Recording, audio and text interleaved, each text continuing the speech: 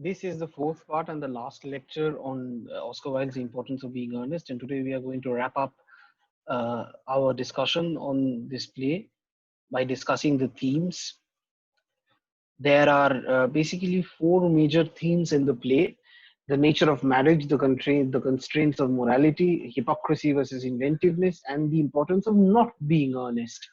Now, all these four themes have, well, in uh, has been discussed under various pretenses when we were discussing about the plot and the structure and the characterization and what role the characters play, what influences the characters play on the plot. But we are now going to do it in a consolidated way. So the first is the nature of marriage. Marriage plays a very important part in Oscar Wilde's Importance of Being Earnest. And we would even be forgiven to so if you kind of try to find out the two most important plots around which the play revolves. The first is Bunburism, and the second is marriage. So there's one part of the play that deals with the two men, Jack and Algernon, creating imaginary identities and shirking off their social responsibilities. And the second thing around which the play revolves is marriage. Jack's desired marriage to Gwendolyn Fairfax and Algernon's desired marriage to Cecily Cardew. And we see that marriage is represented in the play as a holistic and and a moralic uh, institution and almost like a holistic occurrence.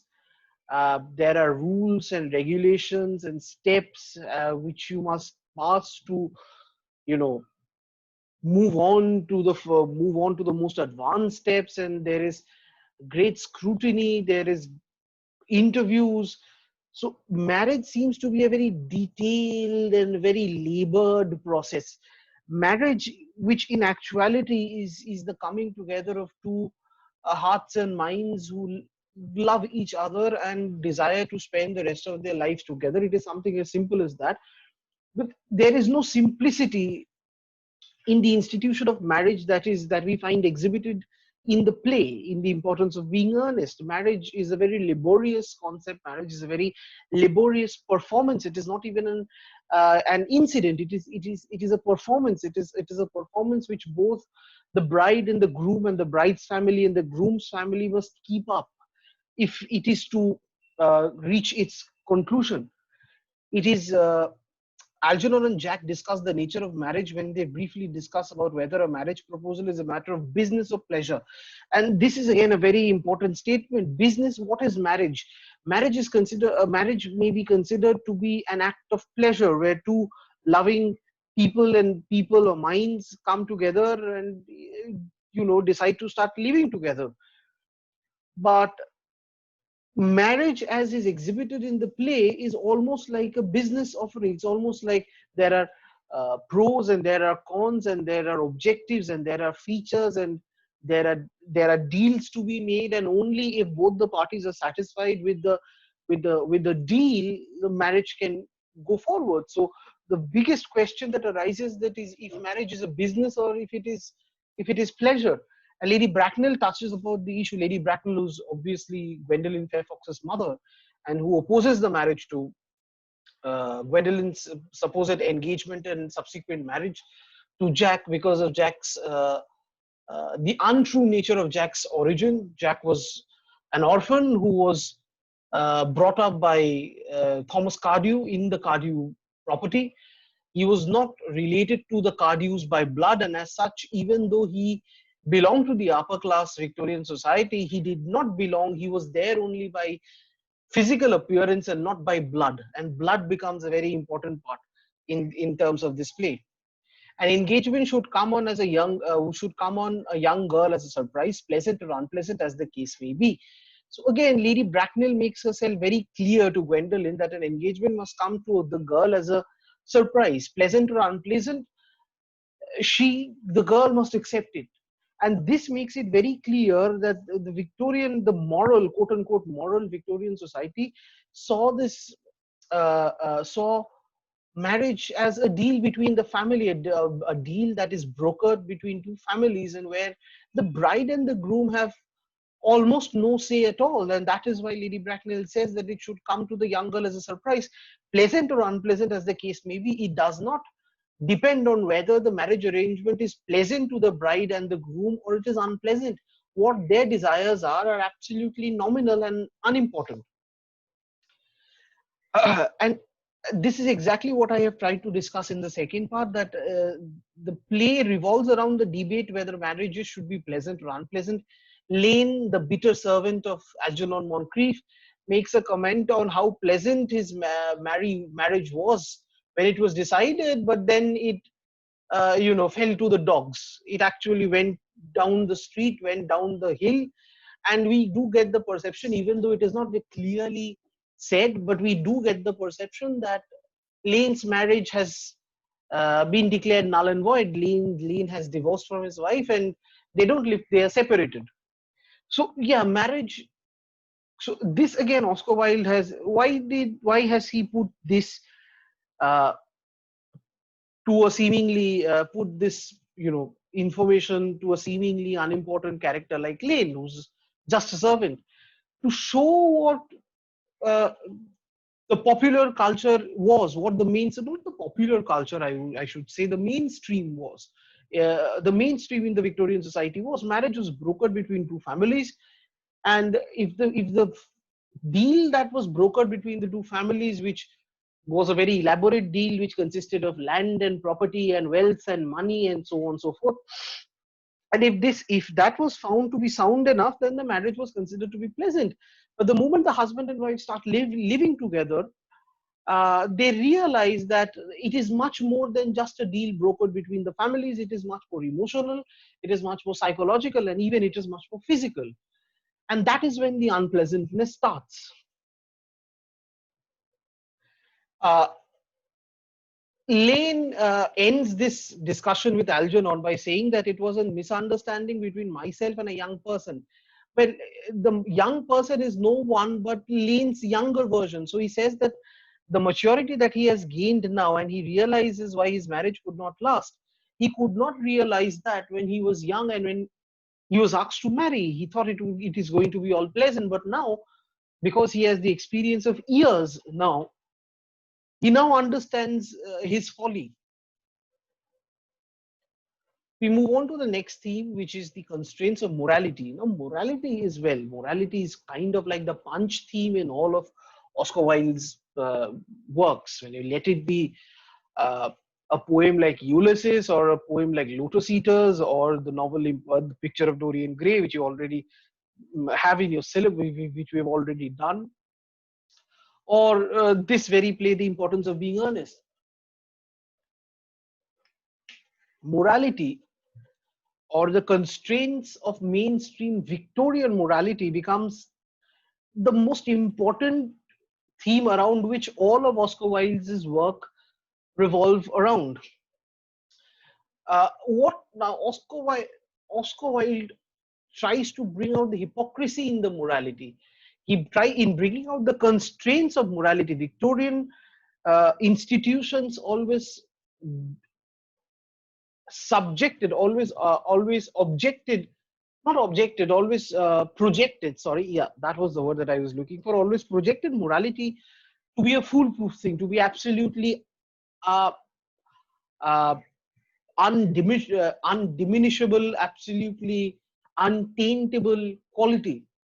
And by bringing out all the hidden hypocrisies and showing the constraint of morality, Oscar Wilde is satirizing this idea of untainted morality, which the various Victorian institutions uh, had manipulated into society as a whole.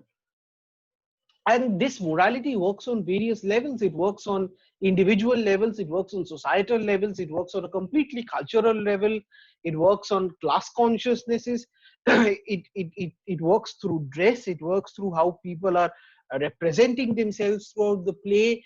The fact that Jack and Algernon are Bunburys, they create imaginary characters. They create imaginary characters just to free themselves, rid themselves of the social responsibilities. Where is the morality in that? The un, as long as you keep up pretenses and you show the people around you that you are moral, it does not matter if in reality if you are immoral. That is exactly what happens here, and that is exactly what Oscar Wilde tries to bring forth, that morality has just become a show, a performance. Reality is much different. uh, Algernon believes that the servant class has a responsibility to set a moral standard for the upper class because they are subjected to the hardships of life, which is again the very idea that those sections of society uh, who can attribute to the hardships of life, the quote unquote uh, kill or get killed faction of life, uh, can speak more of morality than the well-to-do people, than the well-to-do people who are born and brought up in luxury and do not have to kill or get killed.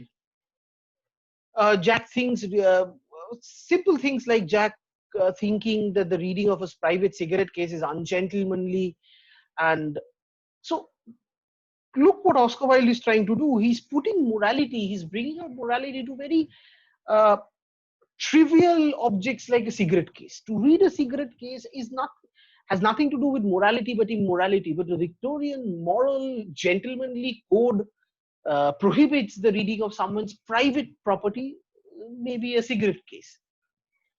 Now he's bringing down morality to these trivial standards, and it is the bringing down of morality to these trivial standards that show the constraints of morality, that show the hypocrisy that is prevalent uh, in the morality that is hovering over the society, the Victorian society. Hypocrisy and inventiveness, again, this is a continuation of the previous theme. Hypocrisy is, well, the entire play highlights, if anything, if there is anything which the play highlights with all its force, it's hypocrisy. And various forms of hypocrisy, societal hypocrisies, individual hypocrisies, cultural hypocrisies, various kinds of hypocrisies. And Wilde shows how hypocrisy and inventiveness go hand in hand, and how deception becomes the most important part in keeping up pretenses and in letting people realize how quote unquote moral or good you are. And deception involves hypocrisy, deception involves inventiveness. The fact that both of them are Bunburists, even more the fact that even Jack goes a step further and he dresses accordingly. The moment that he informs all the members of the Cardew property that his brother Ernest has died, he dresses up in a mourning attire and he goes to London with a funeral urn to for the last rites of Ernest. So this performance, this inventiveness of performance is, well, leads to hypocrisy.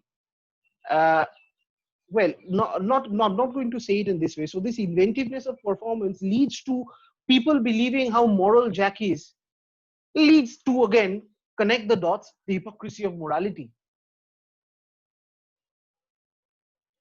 And the last theme, the importance of not being earnest, because if there is anything that the play uh, if there's any point that is validated through and throughout the play, is the fact that the play is about not being honest. The name of the play is importance of being earnest, the importance of being earnest. But everything in the play is the opposite of being earnest. It is hypocritical. It is deceptive. It is inventive. It is shadowy. It is blurred. And so this importance, the difference between the name earnest and the quality earnest becomes very important. The difference between seriousness and triviality becomes very important. What is serious and what is trivial? What can be considered to be shallow and what can be considered to be uh, serious? As Gwendolen believes in matter of grave importance, style, not sincerity, is the vital thing. Now, this again, highlight of hypocrisy. Gwendolen says that in a matter of grave importance, style and not sincerity is the vital thing, where in actuality, sincerity is the most vital thing ever. Style is the most redundant thing when it comes to something of grave importance, which has to be projected and dictated in a very sincere way. But to the fashionable and performative upper class Victorian society, which is run on the tenets of the manipulated, uh, uh, which runs on the tenets of the uh, manipulated, uh, moralistic concepts propagated by the institutions, propagated by the Victorian institutions like the church, uh, well, the parliament, like the class structures, what has been propagated, what has been manipulated and propagated by the class structures. Sincerity has taken a backstage. Earnestness is taken a backstage. So as long as your name is earnest, as long as your name is sounds like earnest, you are considered to be earnest. The fact that there can be a difference between the sound of the name earnest and the quality of earnestness does not strike to these people, does not strike to Gwendolen, or does not strike to Cecily. And so the difference between seriousness and triviality becomes uh, very important. The fact that seriousness is shown towards the trivial objects and things, whereas those objectives or objects which require uh, seriousness are perceived in a very trivial way. This, and again, this is a ploy which Oscar Wilde employs to show the farce, and the hypocrisy of the Victorian uh, society. The performance of decency and propriety, he shows the performance of decency and propriety to highlight the lack of decency and impropriety. So this is the conclusion to Oscar Wilde's The Importance of Being Earnest. Uh, if you have any queries, feel free to contact me. And you see, as you have seen through these numerous video lectures, the PPT is quite a detailed one, so you can use the points on the PPTs to write your answers or develop your perceptions and your concepts.